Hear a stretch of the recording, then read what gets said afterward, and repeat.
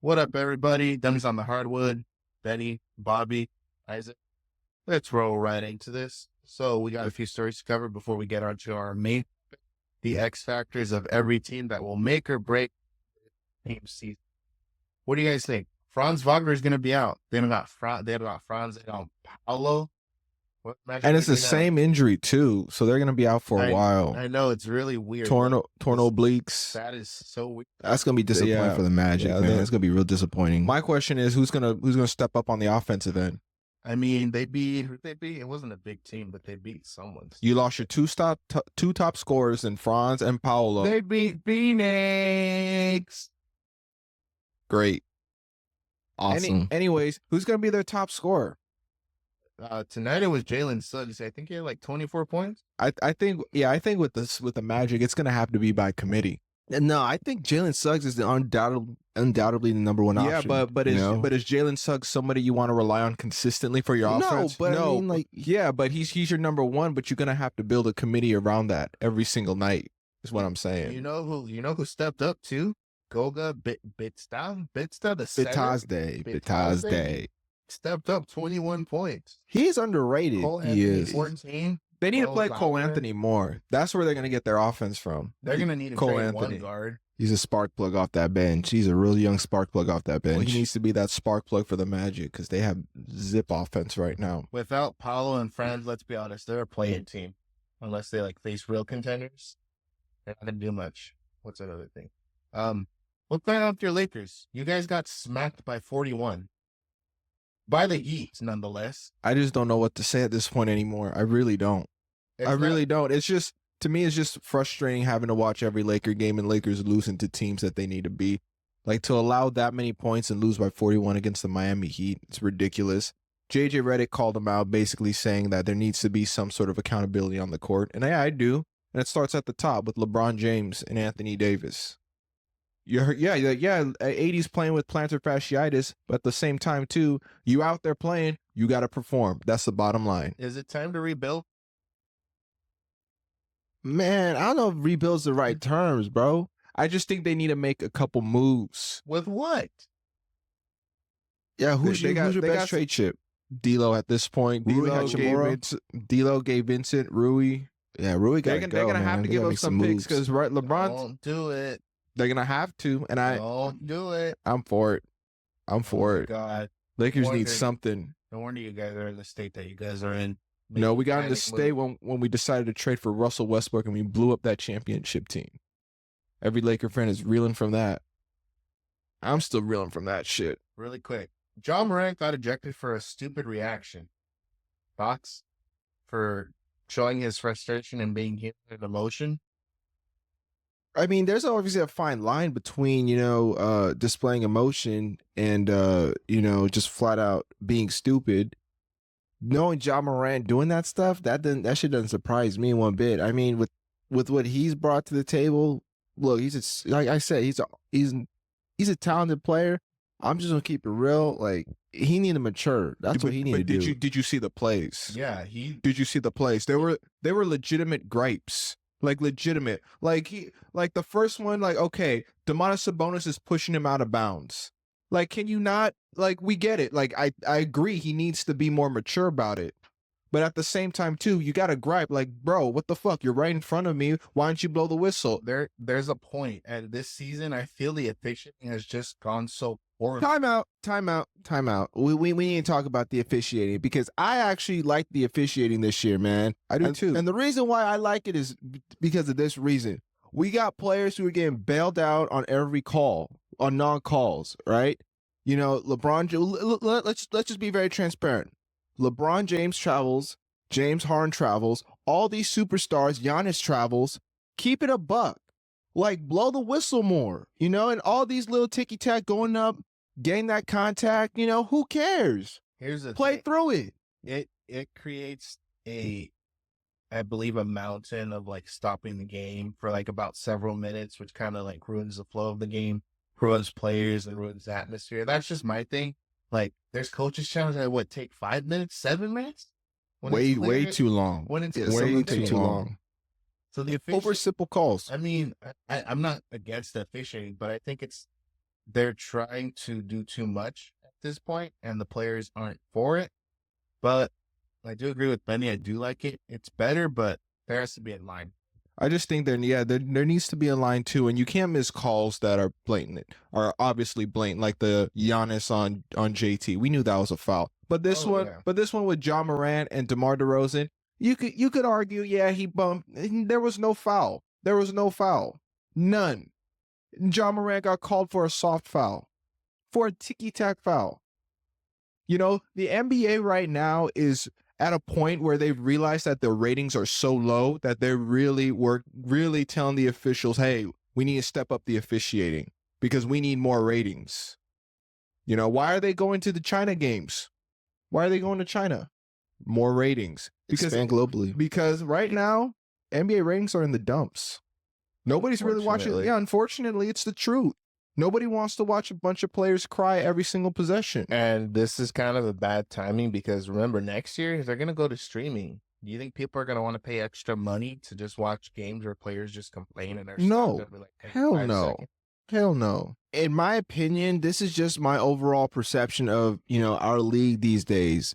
This league that we're in today, we got a bunch of soft crybabies on both ends of the floor. Joel Embiid. We got people complaining about fouls. We got people complaining about non-calls. We got people complaining about the XYZ. We got coaches doing all this stuff. It's like, guys, at the end of the day, refs are human. You know, they're going to make mistakes, right? Now, there are some calls where I do agree they need to happen, and I get it. But at the same time, like, you keep sitting there blowing the whistle, what happens? Like you guys said earlier, it slows the game down. There's not much fun. That's why I think the referees are letting these players play a little bit, you know, because a little contact never hurt nobody. You know what I mean? But also too, like it just with the ratings, especially the ratings suck. You know, the refs want to speed the game. The NBA wants to speed the games up. You know what I mean? And people also want to see some physicality. Like, let's just call it for what it is. You don't want to see people just getting tapped on the wrist and then calling the foul. Like, does that really impact the shot? In some cases, yeah, but not in all cases. The bottom line is that the NBA realized that they needed to do something about the ratings because the ratings are not that good. And based off the people that I've spoken to, people don't want to watch the NBA. They rather watch some other sports, and I don't blame them. I don't. Like, let's take, for example, like on election day, they canceled NBA games. Why? Yeah, why? What are you doing that for? NHL was playing. Why? That's another story. But the bottom line is the NBA, you know, I think this year they're starting to really crack down on the officiating. They're really like, hey, let them play a little bit. Let's get some physicality going. And if you're a superstar, I'm not calling out any superstars, but if you're a superstar, screw the refs. You're a superstar. Take it home. Bottom Take line, over the game. Yeah, bottom line is you got to play. Look, and here's the reality of the situation. We all know this too. If your name is not a big name player, if your name is not Giannis, if your name is not LeBron, if your name is not XYZ, KD, whoever, you're not gonna get that call, right? If you get hit on the wrist, 9 times out of 10, KD gonna get that call. LeBron gonna get that call. Is a role player going to get that? No, absolutely not. Nope. No, nobody's gonna get. Is Austin Reaves gonna get that call? Maybe when he's earned his stripes. Yeah, he'll get the call. Maybe it's when he's earned his stripes. He'll get the call. No, I'm just saying, you know what I mean? 50-50. Yeah, you know, because especially with the NBA nowadays, look, like LeBron crying for calls that he normally gets. He's 40, man. You got to get him a break. No, man. I'm just saying. Like The bottom line is he's playing in the NBA. Yeah, the NBA is like it's a contact sport. Yeah. That's the reality. You don't like the contact, go play a non-contact sport. That's play just tennis, the reality. Play golf. That's just the reality. Yeah, man. I'm for the official. I love it. Yeah, I love the officiating. Yeah, let's keep the same energy, but also too at the same time, let's make sure that we're making calls and blowing the whistle on stuff that's not going to cause potential injury to players. That's it. Like the Giannis on landing, like the JT landing on Giannis's foot. Clearly a missed call. Egregious call. Now Tatum's dealing with the sore ankle. Well, what do you guys think about it? Let's comment. What do you guys think? Is the officiating taking over too much of games nowadays? Well, let us know. Do you also like the officiating? Let us know in the comments section. I love the officiating. Maybe we're just being too picky. Well, let's move on to the next topic, the main topic of this show. There are playoff teams, there are contending teams, there are superstars, there are all-stars. There are also those players that no one talks about on those teams. What do we call those players? X Factor. Underrated players, which I have a definition for. Underrated means a player is considered to be not as good as they actually are, meaning most people don't recognize their true skill level and often undervalue their contributions to the game, despite them performing at a high level. Essentially, they're not given enough credit for their abilities. Would that suffice? Underrated? Kind of like X Factor? Absolutely. I mean, look, there's a plenty of underrated players. A lot of players. Yeah, absolutely. Like we could go to the list. Mike Conley, Drew Holiday, underrated players. Yeah, the list goes on and on. Tyus Jones for the Phoenix Tyus Suns. Jones, Like, yeah. it's just, I don't want to hear about that. All right. All right.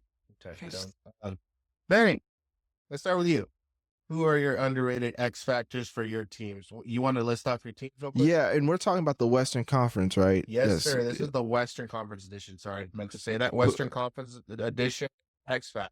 Pacific Division, or yeah, Western Conference contenders. All right. Anyway, my teams that we're gonna start off with for the San Antonio Spurs. I'm starting off right. Obviously, everybody thinks I'm gonna go Wemby, but I'm gonna go with Devin Vassell. Nice.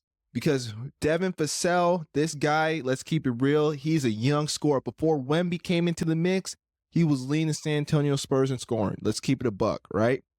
You know, the thing that sucks about him is he's dealing with the injury bug. That's just the thing. It's like he's averaging like 17 points per game, and he keep getting hurt. Like, this dude is an automatic bucket. He's going to give you a nice 18, 19 a game. Right before Wemby came along. And unfortunately, like, this dude, like, yes, he's been hit with the injury bug, you know what I mean?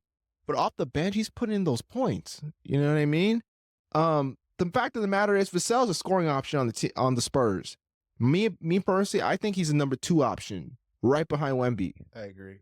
Number 2 option. And when you don't got Wemby on the floor, he's number 1. That's just me. That's just what I think about Devin Vassell. Man, he's underrated. You know, everybody's gonna pay attention to Wemby. But people don't understand what Devin Vassell brought before Wemby even came in. So, anyway, my second team that I'm going to be talking about too, the Los Angeles Lakers. Obviously, we alluded to them earlier. 41-point smackdown into the Heat, right? And they didn't have that key player, Mr. Austin Reaves. He is, I think, the underrated X factor. This is how I quoted him. Austin Reaves is the gas for the Lakers. If AD is the engine, Reaves provides that spark for the Lakers. He gives them that extra scoring. He's averaging 17 a game. Yes, I bagged him. I still bag him. But at the end of the day, you got to understand the value he brings to the Lakers. It's clear and apparent the Lakers need him. Because without him, Lakers are struggling. There's no offensive on the floor. LeBron and AD go off the floor. Who's their number 1 option? Gabe Vincent? Rui Hachimura? D'Lo? I'm sorry, keep the buck. Like, those guys, like, they're not number 1 options. Reaves is that number 1 option. So that's where the Lakers are struggling. But I feel like Austin Reaves, if the Lakers want to even make a single playoff run this year, like an attempt to, they got to turn it up. They got to turn it up. And it starts with Austin Reaves. Big shot. I know he's dealing with an injury, but, you know, I'm sure when he comes back, Lakers are going to start winning games, you know. And the Lakers are a sneaky good contender. They're sneaky. I've always said this. They're so damn sneaky, but they just can't fucking put it together. And I don't know what it is, man. I really don't know at this point. I got your team, Dallas, Isaac.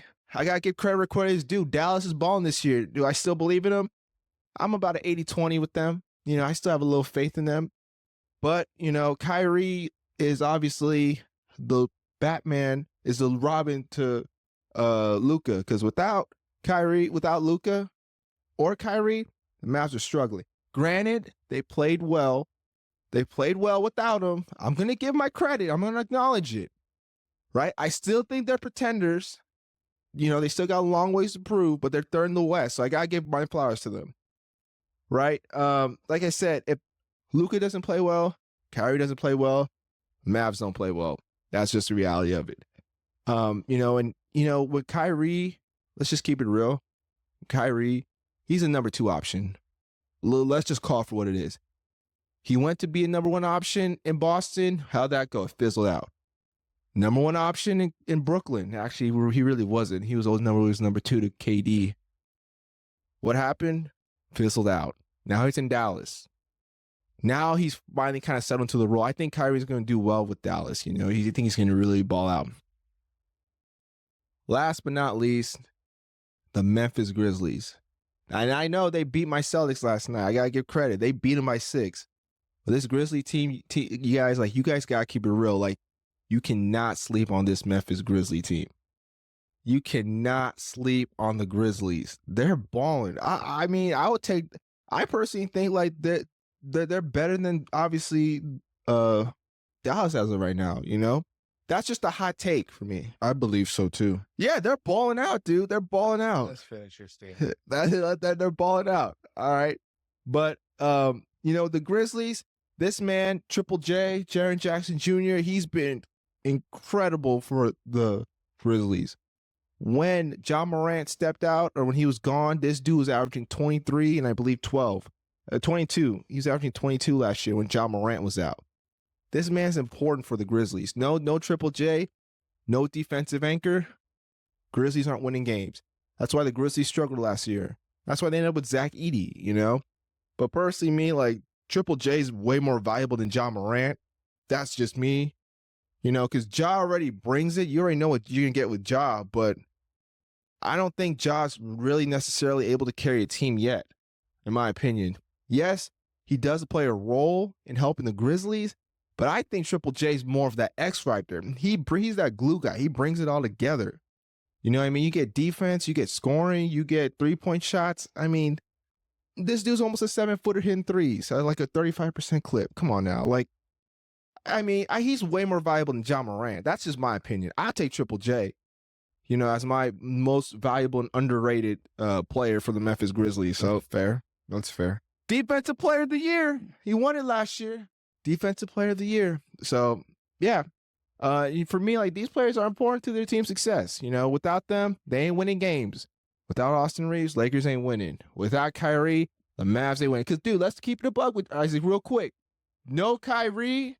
If Kyrie was never on the Mavs, and it's just Luka, Mavs ain't coming out that West. No.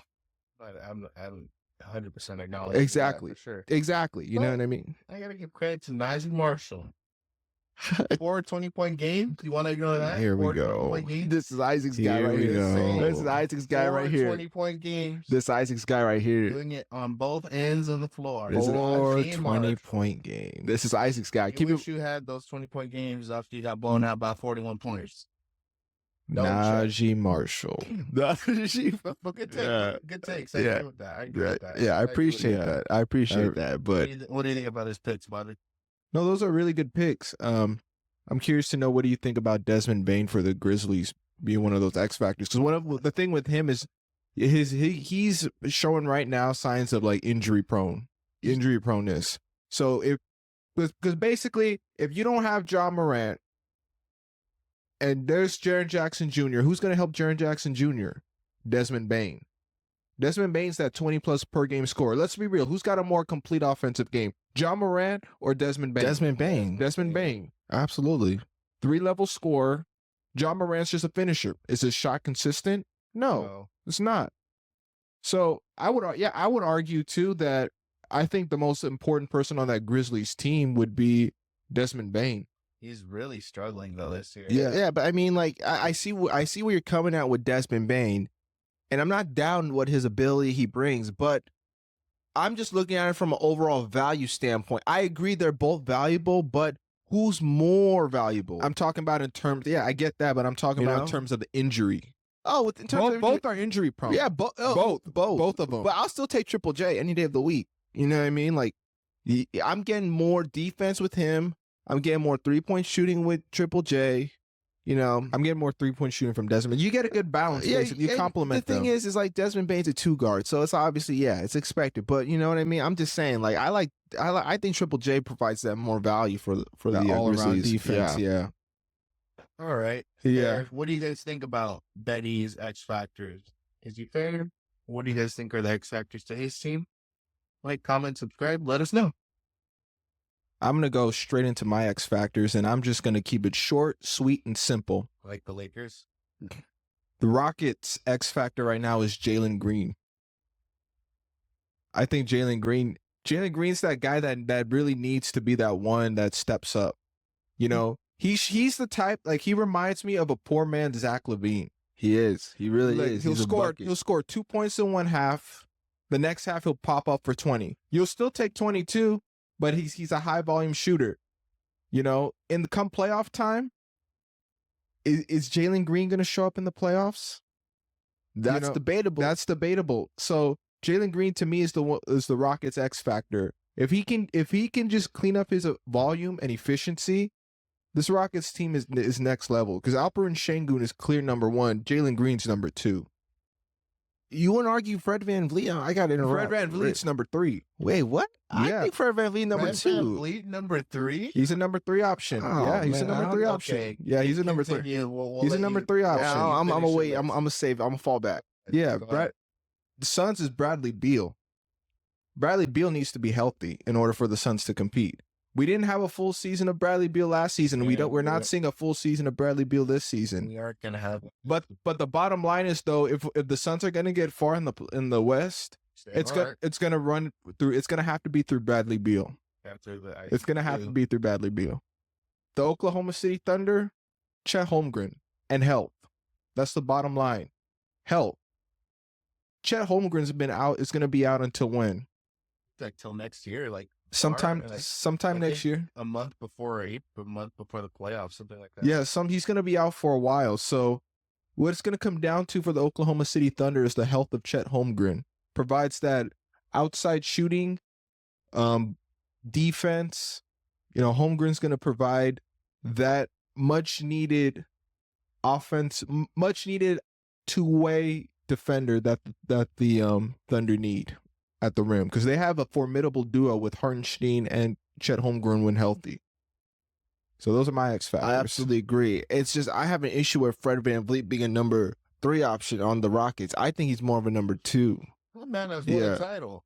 Yeah, And man. he's won a title, but I think if we're looking at it right now, Jalen Green's the number 2 option. He's averaging 19. Fred VanVleet's averaging 16. You're gonna tell me VanVleet's the 3rd option? You're gonna tell me? Yeah. You're telling me Yes. VanVleet's no. I yes. trust VanVleet, man. I trust. VanVleet more Yeah, than man. Jalen Green. VanVleet is consistent. Jalen Green gets tunnel vision. Yeah, man. Like, and I'm not down Jalen Green. I'm just keeping it real. Like, I don't see it. And Bradley Beal, bro. What is your gripe with Bradley Beal and the Suns, bro? Yeah, like, what is your gripe with man? the You Suns, always man? got I some, tried to tell you guys the Suns are not going to stay healthy. They're not going to do anything. bro. They're not going to do anything. But my thing is like, why you bag on him so much? Why? You really count on Bradley Beal to be part of the big. Yeah, I Did count on you him, not bro. see him in Washington? I can't, bro. He had nobody to watch, Bro, he was the only person in He was Washington. only here, bro. and now before- he has someone in Phoenix. What has he done? Nothing. It was him and John Wall. And then when John Wall got hurt, it was Bradley Beal. And then when John Wall left, it was literally Bradley Beal, bro. Come on Didn't now. Go far. Isaac, I want to in the give a Western shout out Conference. to Ty Houston of Houston. That putting up 11 points, 7 rebounds, 1 assist. I feel he's in the part of the big 3 of the Houston Rockets. Defensively, offensively. Anyways, Bradley Beal is the X factor for the Phoenix Suns. Yeah, he definitely is. KD.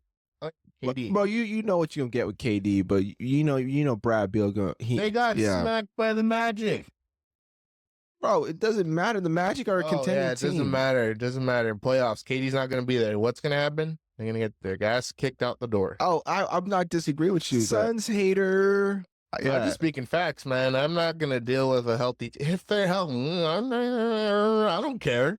Bottom line is the Phoenix Suns are a contending team out No, west. they're not. Yep. Stop they are. painting this picture. When They are- healthy, he's a they are Suns contenders. are a What was the contending last team. one? I had Thunder? Chet Holmgren and I the would- health of the Thunder. I would argue that it's Jalen Williams. Why Jalen he's Williams? taking a next step forward. I He's literally a feel like two-way beast. Jalen Williams has regressed a little bit, in my opinion. Just a little bit. In what way? He's had some games where he's been off, but for the most part, I think that, just a little bit. It's like that sophomore slump, slightly. sophomore slump. Just a little bit. Wait, What? Just a little bit. I'm just saying, like, Jalen Williams, J-Dub is arguably the Thunder's second league And scorer. I'm not disagreeing with you. But my thing is, like, I would agree he's more valuable than Chet Holmgren. I'm not saying I'd still the Thunder still need Chet Holmgren regardless, but they're still winning games. They've got a big that's capable of helping them. You know, they've got Isaiah Hartenstein. So Yeah, but that paint gets clogged. I mean, Hartenstein, is he a shooting big? No. What does Chet Holmgren do in the playoffs? He stretches out that floor. He stretches out that floor and opens up the paint for Jalen Williams and Shai Gilgeous. That's why I think the Chet Holmgren is more valuable. You know, Chet, and plus too, I mean, come playoff time, it's just gonna be mid-range and finishing around the rim. That's what it's gonna come down to. And no Chet Holmgren, and you only have Isaiah Hartenstein on that bench, on that team, that paint's gonna get clogged. That paint's gonna be clogged. So that's why I'm taking Chet Holmgren as my X factor. Agree to disagree. Jalen Williams is averaging a career high in points, assists, rebounds, and blocks and steals. But I'll take that. Slump. I'll take that back. I take that back. All right, that's what I thought. Yeah. Chet Holmgren's still the X factor. Okay. You got anything else for him?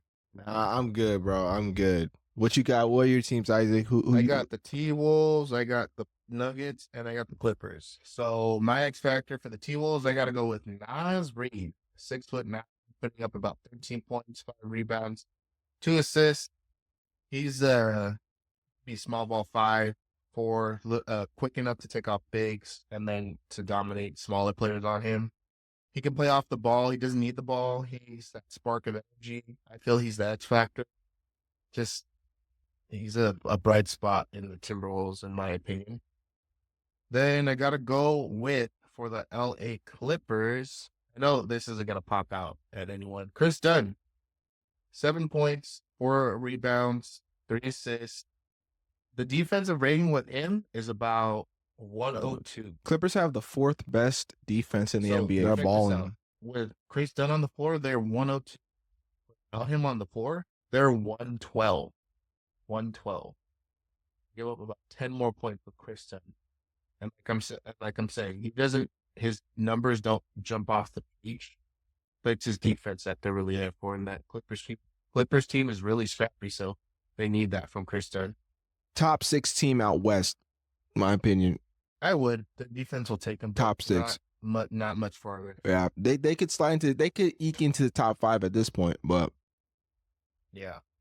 And then Nuggets, no surprise, Christian Brown literally having a career year, shooting 57% from the field, 41% from 3, averaging 15 points, about 1 steal, 1 block, 2 assists, 5 rebounds. Are we doing X factors for right now? Because if we're talking about right now, the X factor, in my opinion, I think the X factor for the Nuggets would have to be Jamal Murray, because he's got to get out of that slump. He is not shooting well. Outside of Nikola Jokic, it's gonna be Jamal Murray. Okay, MPJ's he's not consistent. Okay, he's not.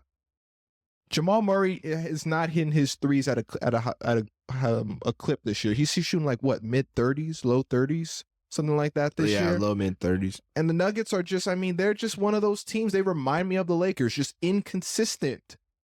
They'll have games where they win and games where they lose. You know, and what does it come down to? How hard you're going to play and roster construction. And execution. Christian Brown, career year, great. But I would argue that it would have to be Jamal Murray, because he's going to have to be that third person to step up. Yeah, I mean, He's going to have to be that person to step up. It goes him, Jamal, MPJ, and Christian Brown. Also, too, like, way. I also too, like, on the Wolves, and I just gotta make this point, you know, because you said your X factor was Nas Reed. I would argue that the X factor for the Wolves is Julius Randle. And you lost me. Why Julius? I just think that, look, if you get Julius Randle to play consistent ball, because we've seen what he can do when he was with the Knicks. We've all seen it, right? He's averaging 20 and 10. He's a pretty decent mid-range shooter. He can get to the rim, right? He drop fouls. The only thing that bothers me with him is he's always in his head. He's always in his head. He plays like a ram. And he plays like a bull in a china shop. Yeah, that's Yeah, it. I agree. But I like his aggressiveness and I like his toughness. Nas Reed, they bounce each other out. It's like yin and yang. Nas Reed's a more chill guy. Julius Randle, he's just gonna go after it. And plus, let's call it for what it is. Who are you gonna take? Julius Randle or Nas Reed? Julius Randle. Nas. I'm taking Julius Randle. You guys are crazy. What? But I just want to understand. All I'm saying, Yeah, all I'm why? saying is pull up Nas's stats. Tell me Nas's stats. What's Nas's stats? I literally said them in the beginning. Read them to me again. 13 points, 5 rebounds, 2 assists. Pull up Julius. Pull up Julius. Isaac, yeah, man, come on now, bro. You gotta understand. You just gotta see it for what it is. You just gotta see it for what it is. This guy is going to be taking terrible shots, not bro. playing defense, while Nas Reed is not going to complain and play his role, unlike Julius Randle. Make me understand that. Julius Randle's actually No, really. he's Yes, not. he has. No. Yes, he is. has. Yes, I he think is. he 21 has. points, 7 rebounds, 4 21 assists. points? Excuse me? 21, 21 points. Okay. Okay, Yeah. cool. Julius Randle's the second clear option right now. Because right now, Yeah. Minnesota's got zip offense other than Anthony Edwards, Julius Julius Randle, Nas Reed. That's Yep. it. I would argue Nas Reed would be the and then, third most and then valuable Gobert player. is like your last option, because Gobert, you're paying him to play defense. That's just the bottom line. Nas Reed over Julius Randle in a heart. I don't know about all that. Julius Randle over Nas Reed You guys in a are heartbeat. Yeah, No, bro. you Come guys on are now, crazy. man. Come on, man. Isaac, to just see for No. reality for what it I is. refuse. Yeah. See, that is not reality. That is stupid. But what dimension are you living in, bro? Yeah, come on, man. Take me there. Yeah, Help bro. me understand. No, don't take me there, bro. Shit. Help Ah, me man. understand what Nas Reed No over Julius disrespect. Randle. Bro, this is about as dumb as you take when you said you take Miles Turner over Cat. That was just about as dumb as that, bro. Nas Reed is way Well- better than Julius Randle. Oh, that's In what ways? Yeah, In what ways? He plays his role. He plays defense. He doesn't pout. He doesn't demand the ball. He doesn't pout and throw hissy fits with his Who team. is more talented, Julius Randle or Nas Reed? Nas Reed? Bennie, who's more talented, Julius Randle or Nas Reed? Julius Randle. That's the Nas bottom Reed. line. Let's No. put that through the No. fact. Julius Nas- Randle is more talented than Nas Reed. No. Let's just call it for what it is. No way. Does, No way. does Nas Reed have any all-star games underneath his belt? No. Julius Randle does. Wow. Who's more talented, Julius Randle or Nas Reed? Right now, Julius it's Julius Randle. Randle. Come on, No. Isaac. Come on, man. All Yeah, right. yeah. No. Dude. All right, you No, can live we in that world. agree to disagree. You can live in that world, bro. You can live in that world. You can live in that world, man. Hey, man, and people who listen to us, this is the same man that took Dereck Lively at 53. Dereck Lively at 53, ladies and gentlemen. Taking Dereck Lively at 50. That's the worst fantasy pick ever, man. I'm not. The- I stand on business. I stand on business. with That's a D-line. bad pick. But anyway, it's like comparing apples to oranges. It's clear as day. Like, if you gave me a pick of who am I going to take in the last few seconds, obviously I'll take Nas Reed for his shooting, Right. but I'm going to take Julius Randle for his scoring. Right. That's the bottom line. He's a scorer, bro. 21 a game. Nas Reed puts up 12 a game.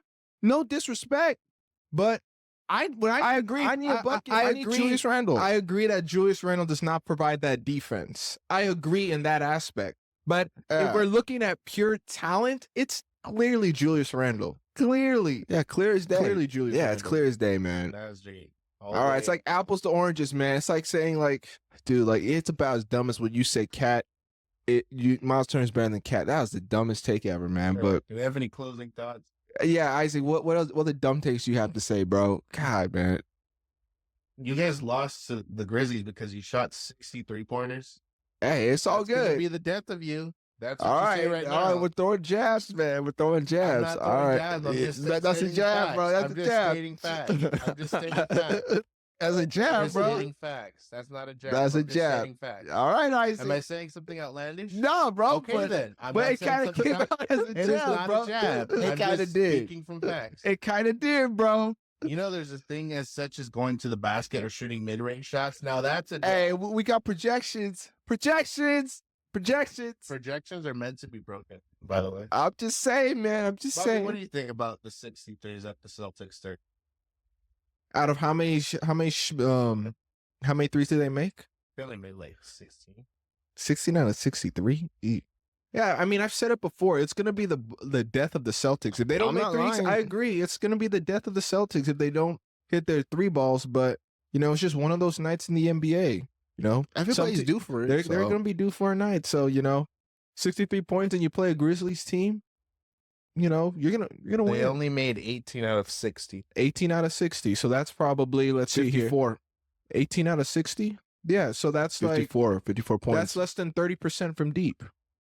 I mean, that's not really, look, in the way the league is right now, you live and die by the three. The Celtics are the definition of the team that lives and dies by the three. Yep. If they don't I would make agree. their threes, they're going to lose.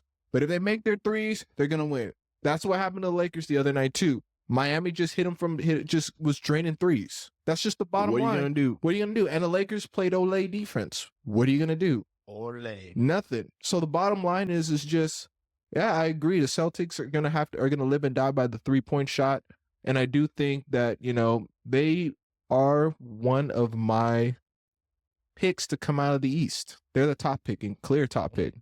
Yeah. Clear top pick. Yep. Any more thoughts? I'm good. I don't got bro. I'm anything, good. man. Any shout outs? No, but shout out to Julius Randle for being more talented than Nas Reed. And shout out to all those subscribers who agree with us, and shout out to everyone who listens to Dummies on the Hardwood. We appreciate you. Continue to listen, subscribe to us.